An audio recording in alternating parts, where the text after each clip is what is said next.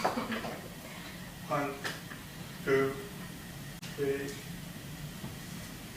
Welcome in the lounge. Living and coping with cancer is challenging. Every year, nearly 150,000 Australians are diagnosed by cancer. Tonight, we will know more about cancer, symptoms, and support services and treatment.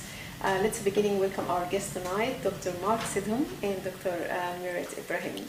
Welcome in our episode. Welcome to you. Thank you very much. Dr. Mark, maybe not many people know you, so if I could please ask you, both of you, to introduce yourself more for the viewers.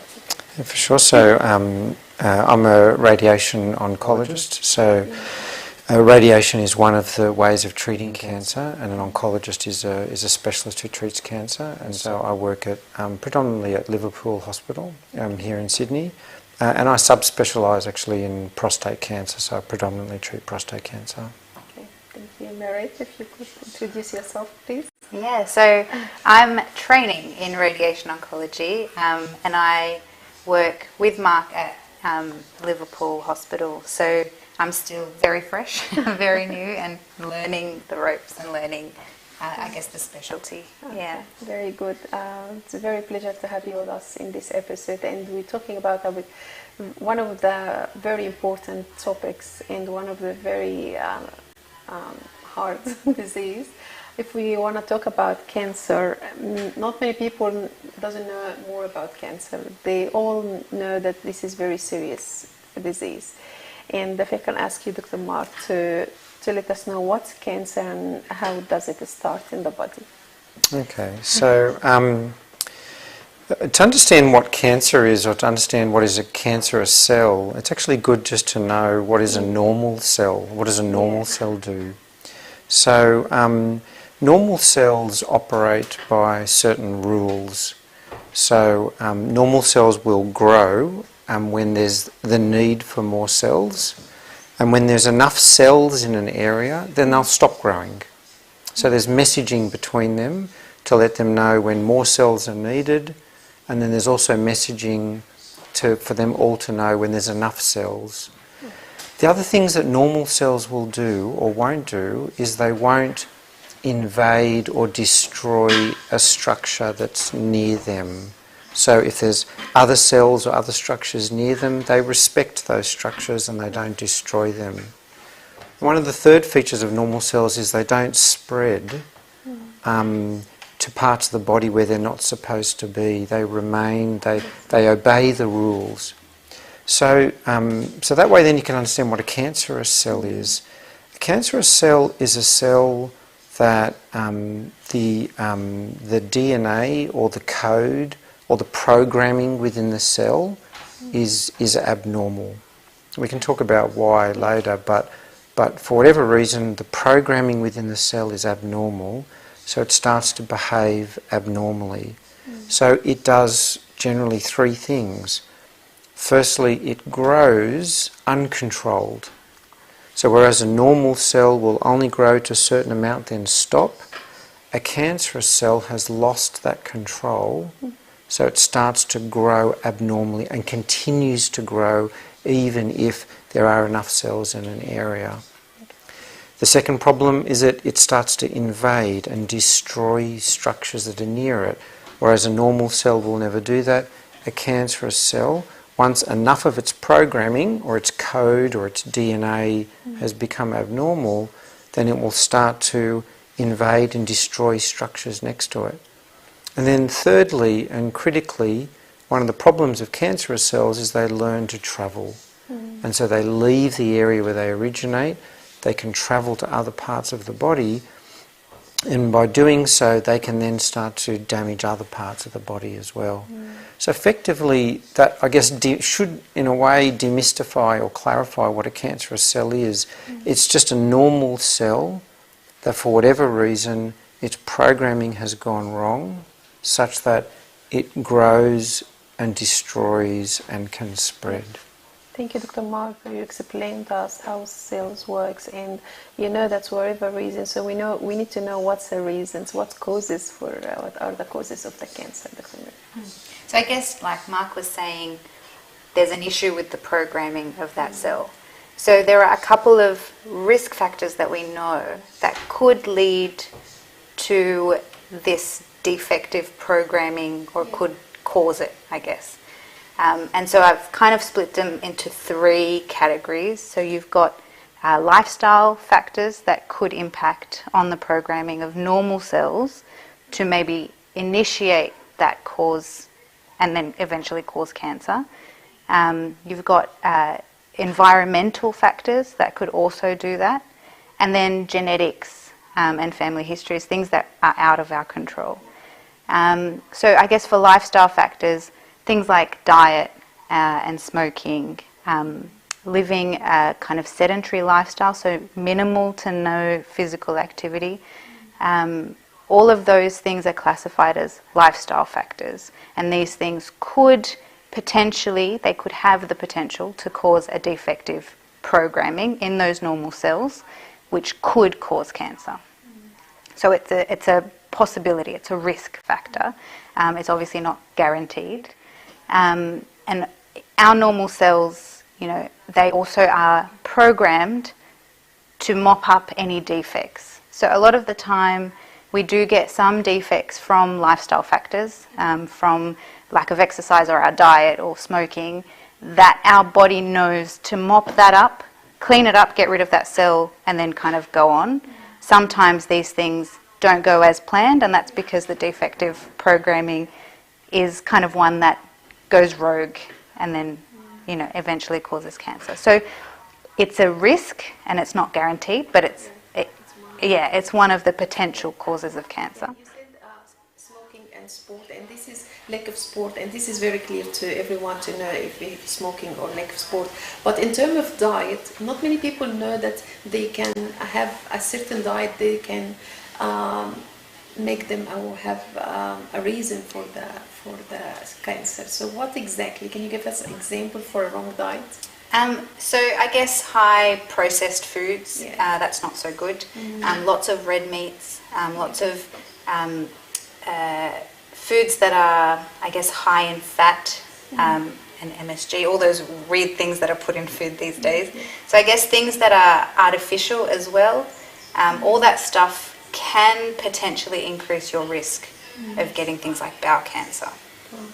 Yeah, for example, You said another factor is environmental? Yeah, well? so there's also environmental factors, and that includes things like sun exposure. So we know sun exposure is linked with skin cancer, and the potential to get that. And you see it a lot, you know, before the Sun Smart initiative and before people were aware of the effects of the sun and its causing skin cancer. Especially you can see Australia. you can see kind of the generation that went without sunscreen and all the sun protection, all coming through with lots of skin cancers, whereas the later generations are kind of learning from that, and the Sun Smart initiative came out and everybody knows the risks associated with that.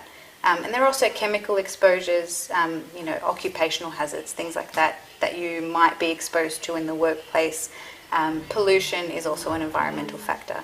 The other lifestyle factor, I guess, could fit in the others as well, is chronic infections. They can lead to cancer as well. Things like hepatitis C causing liver cancer, that's a known link. So things like that can also be potentially associated with cancer. And I guess the last category is things like genetic susceptibilities, mutations, family histories, things that, you know, we have very little control over, but can detect, I guess, with the help of genetics and counselling and things like that. The genetic or family reason, this we can say that 100% percentage that the patient can have cancer in the family. That if his parent or grandparent has a history of cancer, this can let us know that it's a proof that he's gonna get cancer anytime through his life, or some of them can don't have cancer.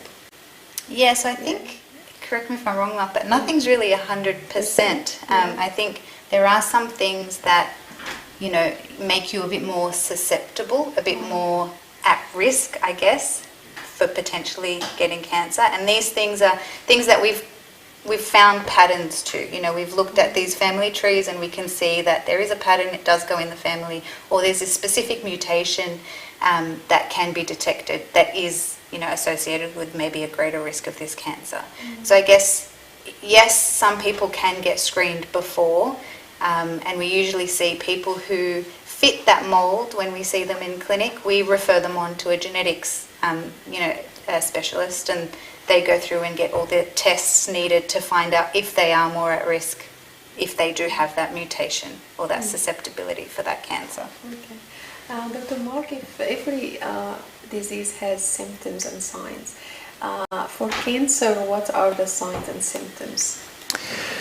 Yeah, so the signs and symptoms differ enormously based on the type of cancer that it is, because every part of the body essentially can have a cancer of its own, from skin cancer to lung cancer to prostate, bowel.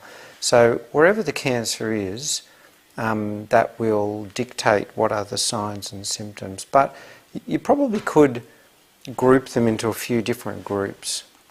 In fact, the vast, well, maybe not the majority, but a very large proportion of patients who are diagnosed with cancer now are in fact picked up on screening. And that's certainly the case in breast cancer, bowel cancer, prostate cancer and cervix cancer. So in those cases when someone is picked up on screening, they in fact have no symptoms at all. They've had a test of some sort. For example, with prostate, they've had a blood test, a PSA, or with bowel cancer, they've perhaps had a bowel test, what's called a fecal occult blood test, a stool sample. So the patients who are picked up in screening, they're actually picked up so early that they've generally got no signs or symptoms at all. For the other cancers, their presentation can vary widely. So, for example, maybe someone has detected a lump. More rarely do people present with pain. That's actually not a very common presentation of cancer. But if someone has some, increasing pain that's unusual, that might lead them to an investigation, and that might then ultimately find that they have cancer. Bleeding can be a presentation. So bleeding in the bowel motions or bleeding in the urine, for example, might be the first sign of a cancer in that area. And then sometimes cancers can present not so much from an individual problem, but something that's happening throughout the whole body. So this is much less common, but for example, significant weight loss, that might be for some people, it's quite rare, but for some people that might be the first sign that they have a cancer. Often that would mean it's quite widespread. A tiny cancer doesn't cause someone to lose a lot of weight. Someone might present with anemia, which is a low blood count, so very pale and get short of breath, and then the doctors might then start to have a look and see why their blood count is so low, and then they might ultimately find that they've got, for example, a cancer in the colon. So there are really wide range of reasons or signs or symptoms that people present with. And actually, I think finally, sometimes cancers can be picked up incidentally.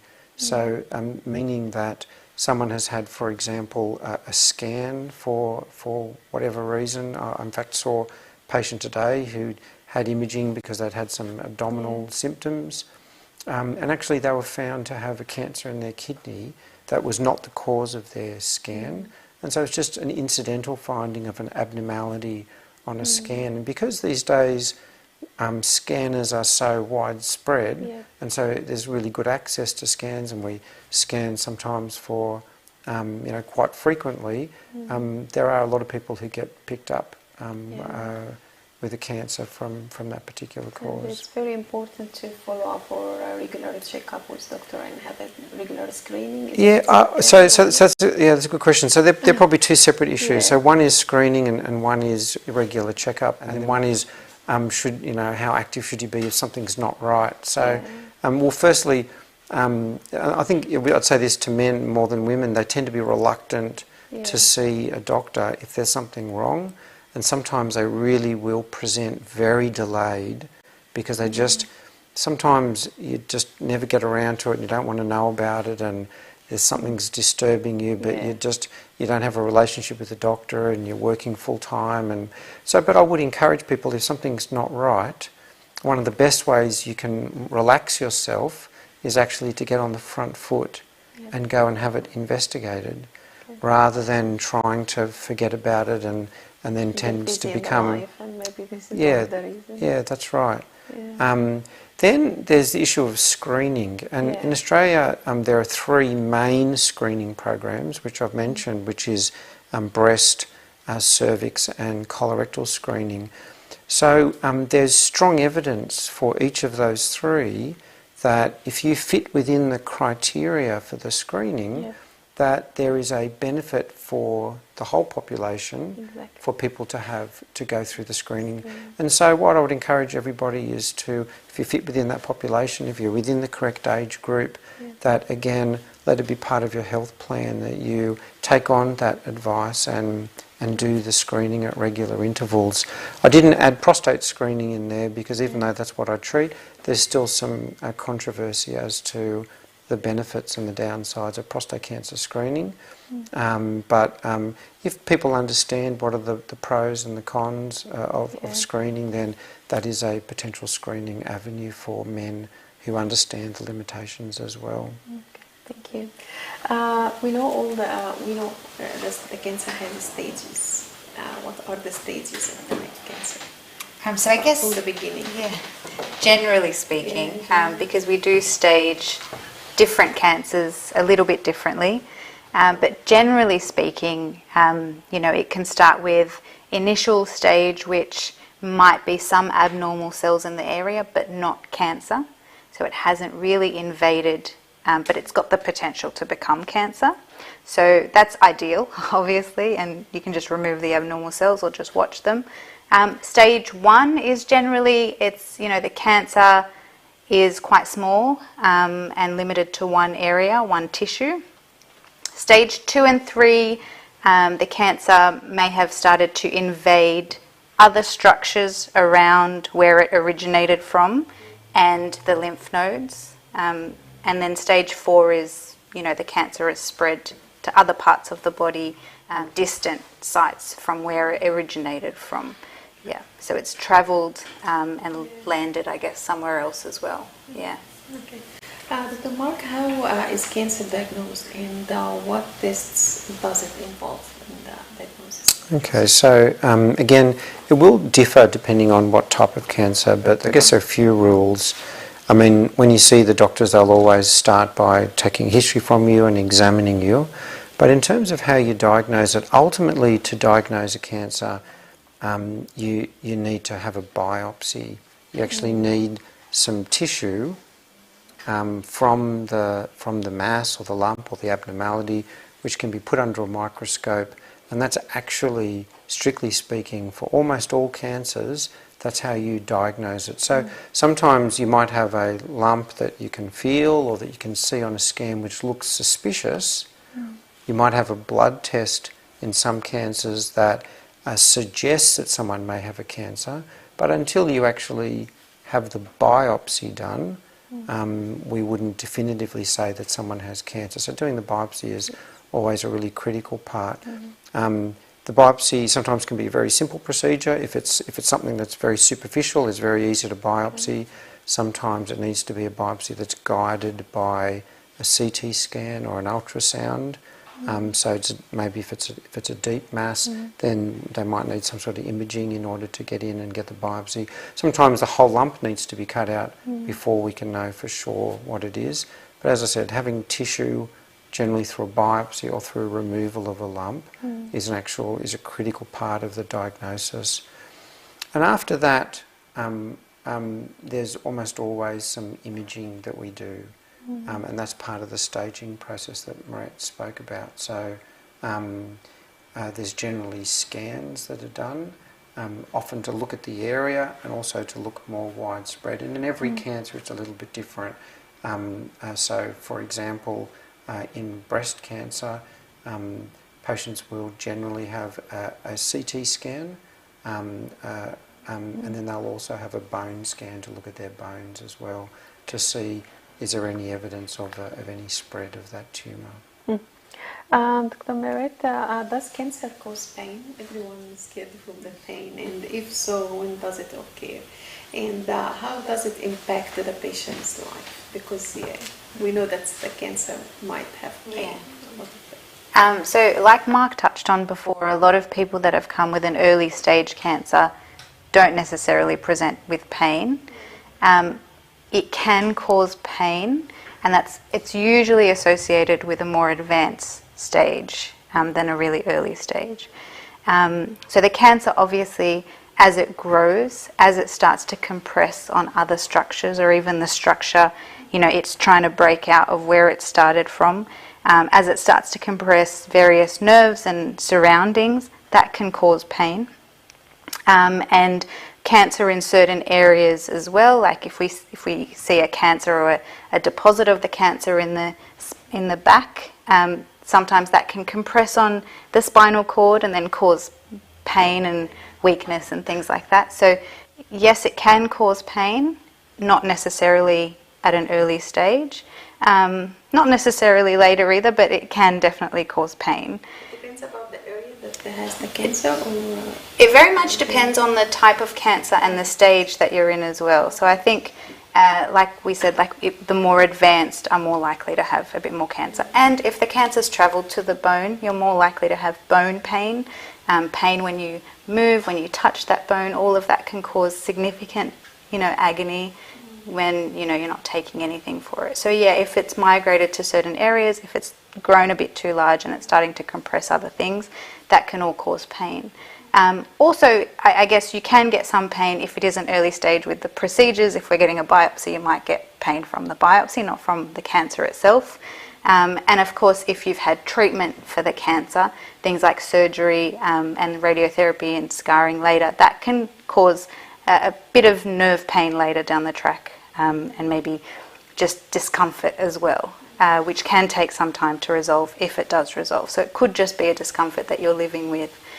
In terms of, how it affects people, pain uncontrolled can really trouble someone emotionally, really distress them. You become isolated in how you're feeling. You feel like nobody really understands if the pain isn't really managed properly. And especially it can isolate you from your family and friends as well, because they don't really know how you're feeling and how really you're struggling with the pain that you're going through, with the cancer diagnosis. So I guess in that isolation, you could be feeling frustrated, you could be feeling angry and quite down, quite depressed with the pain. And so we have, pain services and pain specialists that can help with that and help with managing that. And, if it's outside of our scope within the clinic, we always refer for them to help out. And people, especially in their advanced stages of cancer, when they're living in this pain, the pain that's not really going to go away, we can always refer for home visits and nursing care and things like that. In saying that, within radiation oncology, we also treat pain. Even if it's a really late stage, we can offer them a treatment if it's reasonable, if it's, again, depending on the site and the cancer, and if it's in the patient's best interest to have the treatment, we could offer them a treatment that could help alleviate their pain, even give them a bit of an edge off to help them live with it a bit better. Yeah, and I think that's a really important point. I think that while pain certainly can occur and does occur for some patients with cancer, people should have some confidence that with modern medicine, a lot of what we're geared to do is to really help people through that journey. So thankfully, it's not common to have patients with completely uncontrolled pain for which we can't do anything. That's really very rare. Thankfully, that's very rare. So while I know all of us are fearful of pain, just the rare person that's happy to have pain, people shouldn't feel that if they get cancer, then that means a painful death. So, certainly not. For starters, they might be cured. Yep. For those who are not cured, even if they are ultimately going to die with the disease, with modern medicine, with good care, there's enormous amounts that we can do, that even if we can't cure a patient, that we can help them with their symptoms and with their problems, and help them as those problems arise. And so we're very lucky, certainly we're very lucky here that we've got such a strong medical system that can help patients through that difficult journey. And that's a lot of what we do. So while a lot of our work in radiation oncology is to cure patients, for me, for example, maybe 20% of my workload is for patients who don't have curable disease. So at the time that they've presented, their disease has spread, it's not curable, but there's a huge amount that I can do for them to help them with their problems. I have a patient at the moment who I've been treating for many, many years with metastatic disease, so very widely spread disease, but they've lived an excellent quality of life, and they come to see me when they have new problems, and I treat those areas, and that will shrink down those areas and allows them to continue functioning really very well. So as Marit said, we have lots of options, lots of modalities, and for those rarer cases which are really difficult to control, then we have a specialist service where you can refer the patient, and they can then have a whole nother level of treatments, both medical, both with drugs and with the other invasive techniques. Dr. Mark, if we talk again about the diagnosis of cancer, the diagnosis itself can affect the patient and family. So what are the best way to break bad news to the patient? To break bad news. So how can we say it at the beginning? Yeah, so look, there are a few things I'd say. Number one, the best way, I think, is to be very open and very honest and tell everything. So certainly some cultures feel that it is best to not talk to the patient about what's going on. I won't say that those cultures are wrong, but in my experience, the patient always knows that something's wrong. Feel it at least. They know that something's there, and they know that something's not right. So while the family around them might be whispering and don't tell them and don't worry mum, you're okay, it's nothing, the patient knows that something's wrong. And sometimes I find actually that anxiety, that they're not being told everything, and they also don't have an outlet to talk about it, can actually make it much worse for the patient. They know there's something wrong, and yet they can't talk about it, and no one is telling them. Sometimes I've found in my experience that not telling them does not help. It also creates huge problems for the doctors here, because by law we need to obtain the consent from the patient for the treatment that we're offering them. To obtain proper consent, the patient needs to understand. They need to understand what they have, and they need to understand the purpose of the treatment and the side effects of the treatment. It's really impossible to do that if you haven't been able to talk to the patient about what they've got. But I think the flip side is actually to say that a really open and honest and clear communication builds trust and stops the patient having to feel that they're not being told everything. And if they get that sense, then their mind starts racing into what are all the terrible possibilities that people aren't telling me. They actually may end up suffering much more by not being told and them not having faith in the discussions that they're having. So my experience has actually been that once a patient knows that you are being very clear and very honest and you're not trying to cover anything up, you're really telling them exactly what's on your mind, I actually find it doesn't ever depress the patient. So do you remember any of the feedback of the patient after knowing that? Yes, certainly. So I actually, there is one example that has sat in my mind ever since I was a registrar. I was a registrar and I was sitting with a consultant, and in my mind this consultant was always very gifted in being extremely clear with how he communicated with patients. He never hid anything from them. And this patient was doing badly. Their disease was progressing and they were not going to survive the disease. Most doctors, they struggle to say that. They don't want to say, oh, maybe we'll try another treatment. If you get a little bit better, we might try a different drug. But the patient knew that things are very bad. And this doctor, and I've remembered this ever since this time. He just sat there and he was very clear. He said that, he said to them, it's very confronting, but he said to them, your tumour is progressing, it's not going to get better, you don't have many weeks to live, you should call your family and bring them. Now my reaction when I was very junior was to think, oh my goodness, this patient is going to collapse with that news. The patient looked at him and said, thank you so much for being so clear. I know now what I need to do. And actually they were very relaxed, and it really, he gave them the real information they needed. Now, thankfully, by God's grace, we rarely need to say that. Rarely are we really, it's not an everyday event that we have to tell people that they can't be cured and they're going to die. That's actually not common. But if that's the truth, it's very good for people to hear that, because inside they'll know that that's happening. So in a way it will provide them with some clarity. It will provide them with the ability to actually use whatever time they have really wisely and do all the things that they would like to do if they really knew that they had a short amount of time. So in my opinion, being really open and honest, I encourage family members to come into the consultation room so that we can all discuss it together.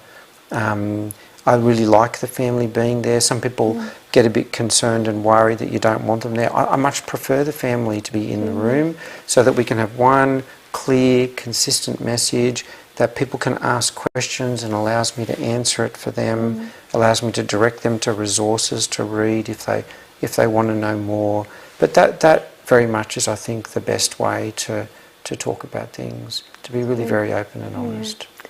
After the diagnosis and breaking the news for the patient, it's very it's hard decision to, and its impacts about the patient life, quality of life. Usually the patient affected mentally and emotionally, well-being is affected. What's the support that can he receive, or what services can he receive to help him to go through this cancer journey?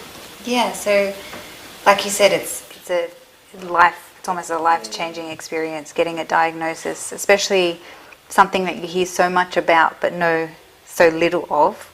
And we hear the C word, we hear cancer, and everybody kind of goes inward and doesn't know what to say and doesn't know how to approach it. And it happens with us doctors as well. It's a bit like Mark was saying, in the consultation room, it becomes more confronting for everyone, and the patient directly themselves, sometimes the roles can be changed. They could be the primary caregiver at home, and now that they're going through treatment and being diagnosed, they're being looked after, by their kids and their other family members, and there's a role reversal in the home which can have an impact as well.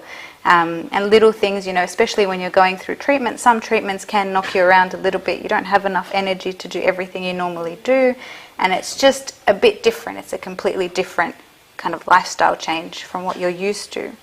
But in saying that, the vast majority of patients that we see in clinic are living completely normal lives after their treatment and after their surgeries and everything, and just being followed up. And they're working, they're living with their family, they're doing everything that they enjoy, they're still exercising, they're living completely normal lives. So there is, yes, it can be that there's a period of time, especially at the shock of diagnosis and going through the treatment, that can be fairly confronting. And having to go through some of the treatments can be really difficult with all of their side effects as well, and then recovering from all of that. But a lot of the time afterwards, when we're seeing them, for longer term follow-up, they're quite happy and they're living normal lives. In saying that, I think there's, like Mark was saying, there's such value in understanding your diagnosis and understanding what your treatment is completely, and getting that clear knowledge about what you have and what's going to happen from now on at that initial consult. And it gives the patient a sense of control over something that they might think that they don't have control over. And that's cancer, really. It kind of just does its own thing, and we can manage it and treat it, and that's the beauty of where we live in medicine. But it gives them that power back. I know what there is to know about this, and I'm going to do, X, Y, and Z to be able to make things better for myself.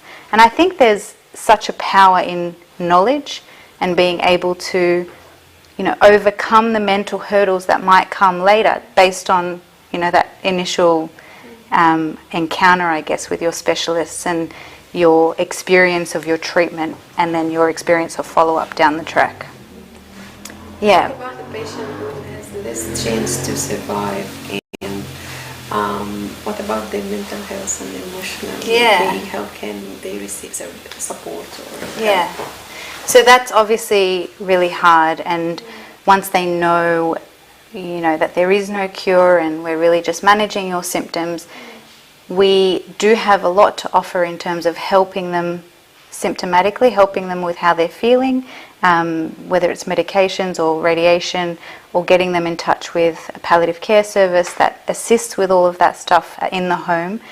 The first, I think, and the best support is the family, and I think if they're there from the beginning, they've kind of witnessed the journey and they know as much as there is to know about the whole diagnosis and the journey from then on, and they can be there to be your support and your, I guess, help when you can't really do much. But there's also other supports that we can offer as doctors in the hospital. So we've got counselling services, we've got community support, so nurses that can link you up with other patients who've gone through the same things and maybe get your support that way, and provide you, I guess, with a sense of community. You're not alone in what you're going through. There are other people as well in the same boat, and that can kind of help alleviate some of the anxiety and the loneliness that could be associated with that terminal phase. Yeah. Well, I might add one thing in that I think that a lot of us might feel that the diagnosis of cancer would make a person collapse emotionally. But actually, I think one of the things that drew me to oncology as a junior doctor was really getting the sense of how strong cancer patients were. So many times you think that certain news would make someone collapse, and actually many of us are incredibly resilient and strong and draw on an internal strength, and as Mariette said, draw on the strength of their family, draw on the strength of their faith to be able to meet the challenge that's before them. So definitely some people have difficulties with that, but that's not necessarily the case for all, or even for most. A lot of people really do surprise themselves with how strong they are in the face of their diagnosis and their treatment pathway. Okay, let's talk about the treatments and the type of treatments for the cancer. I know each type of cancer has got different treatment. So if you could please let us know what's a treatment for the cancer and how it affects the patient quality of life. Okay, so there are, you could say, three really broad categories of treatment. There's surgery, radiation therapy and chemotherapy. And which of the three, or combination of the three, are used will depend on what type of cancer it is and how extensive the cancer is. Firstly, surgery and radiotherapy are generally what you'd call a localised treatment. It's a way of treating a certain small area, and sometimes they're interchangeable. But surgery is, as you would know, is when you cut something out, and in general you would employ surgery if you, in that one procedure, can remove or have some confidence of removing all of the tumour. Then surgery is often used in those cases. So bowel cancer is a classic example. If the tumour can be taken out, if it's can be moved and removed, If it's not invading the local structures too significantly, then surgery would generally be employed to cut it out. Radiation can be used generally in one of two main ways. So radiation can be used to treat the cancer itself where it is without needing surgery. Prostate cancer is a classic example. So instead of cutting it out, you treat that area with radiotherapy. Or sometimes radiotherapy can be used after surgery.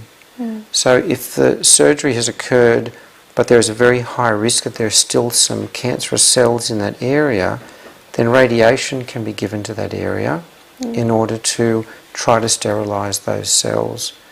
And maybe just a little bit about radiotherapy, because a lot of people don't understand it at all.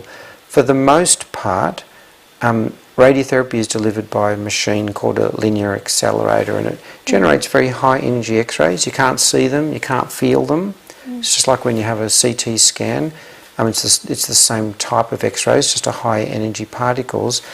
And there's incredibly complex, advanced systems to deliver radiation very accurately in a very targeted way to parts of the body. So, for example, if a patient is having radiotherapy to the breast after breast cancer, then the radiotherapy is directed just to the breast, doesn't treat almost any other part of the body, and goes straight through the breast and treats the cancerous cells in the breast. Patients lie on a bed and the machine moves around them and treats them from multiple directions. Usually it's given as a daily treatment, once a day for a number of weeks, however many weeks depends on the type of cancer. Usually takes about 10 to 15 minutes each day. So patients have that treatment from home. They come in when they're scheduled, they go in, they lie on the bed. Most of the time is getting them in the right position. Once they're in the right position, the radiotherapy is delivered in usually just a couple of minutes, and then they pop up off the bed and they walk out the door. For the vast majority of patients having radiotherapy, they're not radioactive at all after their treatment, so they're not a danger to pregnant women or children or anybody else. Then the third main modality of treatment is chemotherapy. Chemotherapy is where drugs are administered either orally or intravenously, most commonly through the veins, and it goes through the whole body. And it tends to try to target cancer cells using different mechanisms. And chemotherapy can be sometimes very well tolerated. People might be on a tablet that they barely causes them any side effects at all. Or sometimes chemotherapy can be associated with what maybe many of us have seen, which is hair loss and feeling unwell, some ulcers in the mouth, and a period of being unwell with the chemotherapy. The type of chemotherapy that patients have, so not all patients need chemotherapy. For patients that do need chemotherapy, there are multiple types, and the sort that they have will depend very much on the tumour they have and the stage of the tumour. Let's talk more about the side effects for the treatment, like the radiology and the chemotherapy patients. Some people experience pain and maybe loss of hair as well, and that making them mentally affected more, because for a woman see that her hair, she loses her hair or feel pain, or what's a complication after the chemotherapy. So can you explain more about what's a side effect? Does it happen to everyone or not? So the side effects really depend, one, on the modality of treatment, so whether it's a radiation or chemotherapy, and two, the type, within chemotherapy, the type of chemotherapy, the duration and the dosing and everything that's managed by the medical oncologist, and within the radiation therapy, the location of the treatment, where exactly we're treating and what we're targeting. So two different categories of side effects, and I guess with the chemotherapy, again, depending on the type of treatment that you're offered or that you're recommended based on the type that you have and the extent of your disease, then you'll also be told of the side effects that will come with that specific medication. So I guess with some chemotherapy, yes, you can get the hair loss, the nausea, the vomiting, the loss of hair in the eyebrows and the changes in the nails, the easy bruising, and high risk of infection given that the blood counts might drop. So there are a few side effects that could come with certain kinds of chemotherapy. And throughout your, I guess, journey, if you're offered that specific kind of treatment based on the cancer that you have, you'll receive the appropriate support throughout. And there are a lot of nurses now that kind of follow up throughout and make sure that you're doing okay. And again, there's counselling. And I know there are a few other things within medical oncology that can be employed to help minimise, I guess, the extent of some side effects. So I know for the hair loss, there are now these ice caps or cold caps that they can use during treatment. And the idea behind those is that, for patients who I guess it works for, it minimises the hair loss throughout the treatment. So there are a few things that are kind of up and coming and that you can ask your specialist about if that's indeed the treatment that is best for you. And I guess within the radiation treatment, like we said, it depends very much on where we're treating, what we're targeting. Overall, you can get a bit tired with the treatment. That goes for chemotherapy as well and any tablet form of treatment. And you can get what we call radiation burns, skin burns, that do clear up, but they can look a bit nasty throughout. And you don't always get the side effects straight away. So the side effects actually come kind of mid-treatment to late treatment, and they can go on for a couple of weeks after treatment as well. And again, you're offered the right amount of support with nursing staff and proper care and things like that, especially if it's a skin burn. There are a few other things, again, depending on where we treat. If we're targeting areas of the bowel, you might get changes in your bowel habits. You could get some bleeding towards the end, increase urination and burning if we're targeting the bladder or things lower down. You could get, I guess, nausea with some areas that we treat.